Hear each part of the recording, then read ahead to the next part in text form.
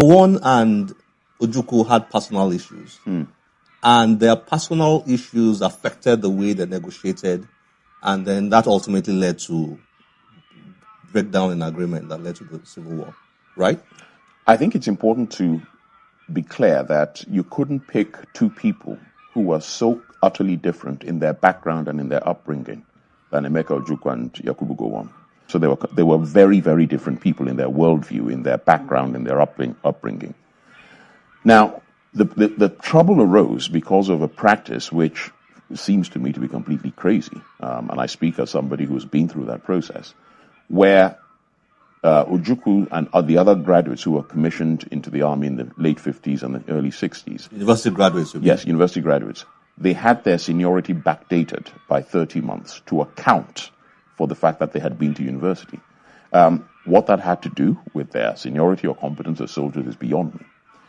OJUKWU was commissioned in March 1958. GOWON was commissioned in December 1956. So actually in commissioning dates, GOWON was more than a year senior. The alleged parity came around because of OJUKWU's the backdating of his seniority. YAKUBU GOWON was commissioned on the 21st of December 1956, age 22 as a second lieutenant. Less than 10 years later, he was the head of state and commander-in-chief of the Federal Republic of Nigeria. At the time when he took over the leadership of this country, he was not yet 32 years old. He had less than 10 years service as a commissioned officer, and he had never commanded anything larger than a 30-man platoon. Now contrast that with Chukwuemeka Odumegwu Ojukwu. Born in Zungeru in northern Nigeria on the 4th of November 1933. He first attended CMS Grammar School in Lagos, then transferred a year later to King's College, also in Lagos. As a teenager, his father sent him abroad to a public school, Epsom, in England, from which he gained a place at Lincoln College at Oxford University, where he obtained a degree in history in 1955. He returned to Nigeria, where he declined to take a place in his father's burgeoning business empire, and instead took up a post as an assistant district officer in the colonial administration, against his father's wishes. In 1957, also in defiance of his father's wishes, OJUKWU applied to join the army, and after successfully completing the short service course at Mons, was commissioned in March 1958.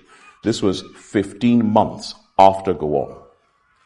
However, because he was a graduate, his seniority was backdated by several months, which was to become a source of friction in future. It might be useful at this point, and this is the last bit here, to set out their respective seniority dates for promotion in each rank. Second Lieutenant, GOWON, 19th of October 1955. OJUKWU, 22nd of September 1955.